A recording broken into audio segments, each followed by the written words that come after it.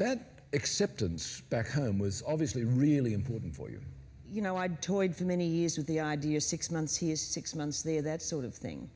But I never imagined I would come home to stay, and that's the way it's worked out, and it's worked out very happily. When you were in the US then, what were you feeling? Clearly mixed. What were your feelings about Australia from that distance?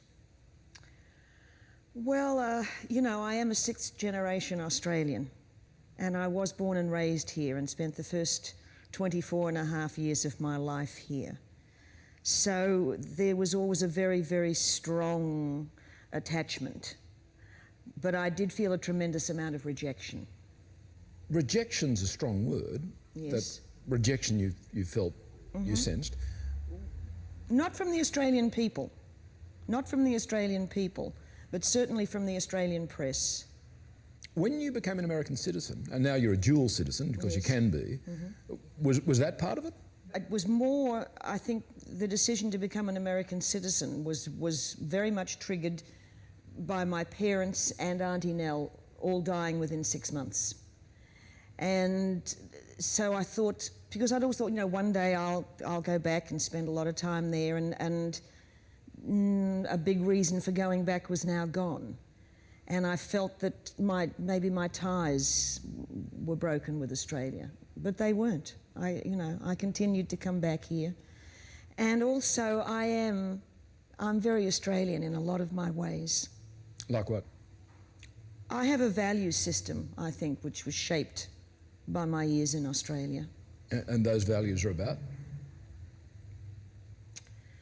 Those values are about honesty and truth, and not a lot of the BS that goes on.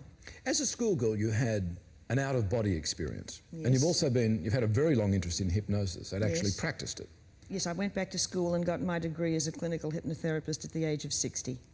This first out-of-body experience was looking down at yourself. Oh, yeah. Looking down at yourself and seeing yourself, what, fainted on the ground? I'd fainted, but I didn't know that. I was at the back of the room looking down, and there was this girl, was at school, we were all in identical uniforms, and I thought, oh, someone's fainted, I wonder who it is, and zoomed in for a close-up, and that seemed natural at the time, that I had that freedom of movement. But you're too scared to talk to anybody about it? Well, I didn't talk about it for years. I thought they'll lock me up. They'll think I'm a nut job. But I did later in my teens develop an interest in reincarnation. And I've studied metaphysics for 50 years. And so I have very firmly held beliefs as to what does actually happen when we die. Fundamentally, you do believe in reincarnation, don't you? Oh, yes, I do. I do. In fact, I went into my hypnotherapy practice with the intention of doing past life regressions. But I have no fear of death. I have no doubt of eternal life. And it's been like that since I was 11. When you see someone like Vanessa Amorosi sing Yes. I Am Woman. Yes, she thrilled me. She's a wonderful singer. I hope she records it, because I think she sings it much better than I did. And well, that's a big compliment. Also, when you go and make a speech at a school, as you've just done, what do you feel? What do you want to communicate to young women? Well, what I've always tried to do with my music, which is inspire, educate, and comfort.